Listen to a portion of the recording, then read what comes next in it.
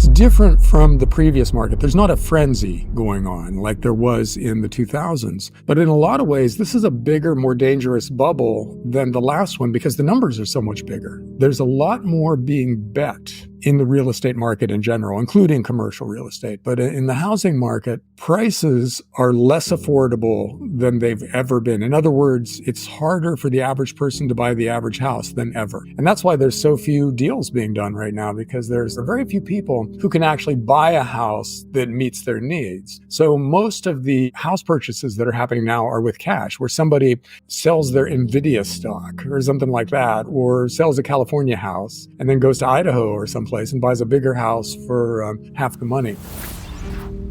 But there aren't a lot of just regular people with jobs out there buying houses with mortgages. And that's why the housing market itself is kind of small and seems frozen right now. The inventory is starting to come on the market. And I think there's a deluge of inventory coming our way because we've got three big potential players in the housing market that weren't there last time around. One is retiring baby boomers. If you got a 3-story, 4,000 square foot McMansion and you're 72 years old with arthritic hips, those stairs just aren't workable for you anymore. You're going to eventually sell that house, or you're going to invite 2 more generations of your family to come live with you. So there are going to be baby boomers downsizing at some point in the not too distant future. And then you got Airbnb entrepreneurs out there, people who didn't just rent out one room in their condo via Airbnb. They went out and bought a bunch of other condos or a bunch of houses. And so they've got a portfolio. They've got this little real estate empire out there. Airbnb is turning out not to be nearly as good a profit-making proposition as it used to be, or I don't know if it ever was, but now it's definitely not. So a lot of these Airbnb guys, they're looking at loans that have to be rolled over or interest costs that are exceeding their cash flow, and they're going to have to start selling too. And then finally, you've got private equity companies. You know, Wall Street became the biggest landlord in the country in the past decade, and they've gone around and just used 0% money because they could borrow so cheaply and bought up entire neighborhoods, converted all the houses to rentals. And that is no longer the kind of sure thing with leverage that it used to be. And what Wall Street does is it piles into bubble assets. See, here's my multi-decade experience in bubbles talking, but Wall Streeters pile into bubble assets. And then when it doesn't work out at the peak and starts to roll over, they pile back out again. They panic sell everything that they bought to avoid going bankrupt. And these guys are going to be big sellers of houses going forward. So I think there's a decent chance that what looks like a frozen market right now, a small frozen housing market, is going to turn into one of the all-time buyer's market at some point, where all these guys are panic selling their houses and their apartments and their condos. And the deals are going to be spectacular, but the losses are also going to be spectacular. So multiple bankruptcies in this sector, a lot of banks taking back properties they don't want and then selling them at a fraction of the original cost, things like that. So I think if you're in the market for a house and you can wait a couple of years, things get very interesting for you going forward, because this bubble, like all the previous bubbles, is going to burst, only with some new twists that'll make the bursting more extreme than any time in the past.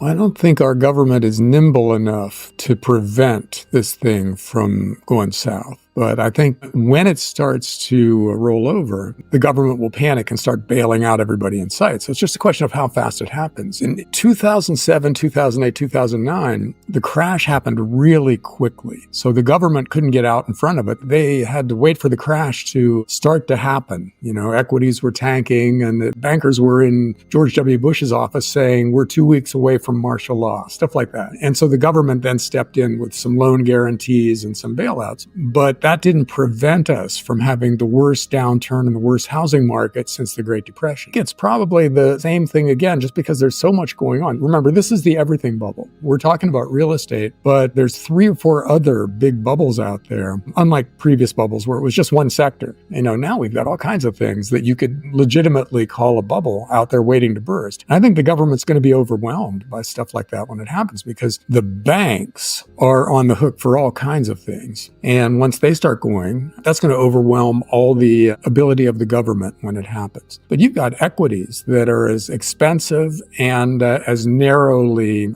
dominated as they've ever been. You know, the market breadth, where you've got just a handful of tech companies pulling up the whole U.S. stock market. That's a pre-bubble kind of situation. And in commercial real estate, there's a lot of things going on, especially with office buildings, that make it look like that might be the catalyst for the crash, because it's kind of happening right now as we speak. Government bonds are a bubble, where the fact that there even are government bonds right now shows how overconfident a lot of people are in the financial markets, because they're willing to own things like Japanese bonds and long-term U.S. treasuries when those governments are taking on debt at an accelerating rate and seeing their interest costs spike and are, flirting with national bankruptcy at the government level. So there are so many assets that can blow up on us right now. I don't think that the governments of the world are going to be able to step in, single out real estate as the one they're going to save, and then narrowly focus on that and save it, because they're going to have too much else going on.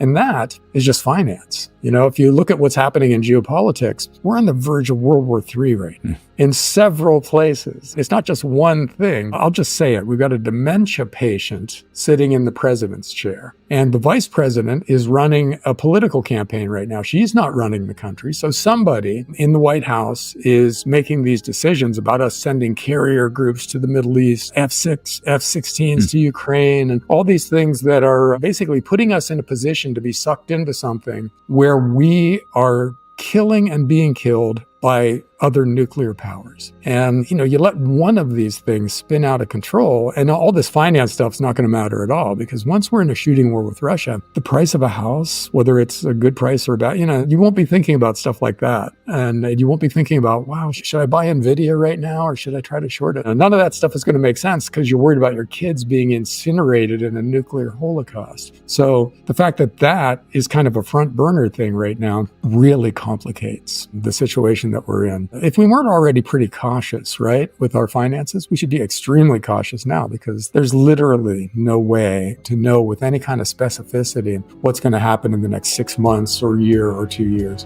In the Middle East, there are people there who really want pan-Middle Eastern war. And the fact that the U.S. is getting involved right now, and our people seem to want that too, means that it's completely possible that in 3 months, we're literally at war with Iran. And we don't know where Saudi Arabia is going to come down in all this. And we don't know about all the smaller countries whose side they're going to come in on, what kind of rockets they have. We don't know any of this stuff. And we also don't know about Russia and China being involved in it, because it's completely possible that they might be. So the people in charge in the U.S. seem to want that. They seem to like that as a scenario. And that's what's terrifying about this, because that we're sending very advanced weapons to Ukraine and then sending American soldiers over there to train the Ukrainians to use them. And now the Ukrainians are using those weapons to strike inside of Russia, means that it's very easy to envision Russians and Americans shooting at each other in the not too distant future. And where that goes from that point is anybody's guess. But there's an awful lot of nuclear weapons involved, scattered around the world, that it could be accidentally set off. When you start thinking about the possibilities geopolitically out there, it's really easy to spiral into a multi-war, World War III kind of despairing mindset. And so I try hard not to think about the details of this, because there's nothing we can do about it. There's no way to stop these guys, because elections don't seem to matter anymore. That's too strong a statement. It's possible, because we didn't have anything like this going on under Trump first time around. It's possible that him being elected and being able to put some of his people in power geopolitically might pull us back from the brink. And, I don't want to take sides politically here, because I think that our choices aren't the best choices right now. But it's possible that this election does matter. So I'm going to take back what I said about elections not mattering, because it's possible that this one does. But it's also possible that a lot of things happened before the election that we're not even thinking about right now. I mean, what if we have a gigantic cyber attack and shuts down the internet for the last 2 weeks? And the goal is to skew the voting in a way that helps one party or another. What if that happens? What if we have another assassination attempt and this one is successful? So there's an awful lot that could happen. And one that's actually kind of funny, but is actually sinister at the same time. All these deep fakes now, where every time a piece of video comes out or an image comes out that might be consequential, the people who are hurt by it say, no, that's a deep fake. That's not a real picture. And it's completely possible that as the election approaches, we're going to see a bunch of those things come out, but without enough time to debunk them before people vote. So it might convince people that it's real and only be debunked after the election. So this is a really complex time, and you can find scary scenarios no matter where you look. So what we have to do is figure out what the best mix of decisions, financial and lifestyle, are for each of us, and then put those into place. On my Substack, that's kind of what the goal is in that newsletter, is actionable ideas, because there's an awful lot of problems and a relative handful of things we can do about it. So we need to find the best mix of solutions and then apply them to our own lives. One of the political talking points is that he's literally Hitler. We will literally never have another election if he gets elected this time.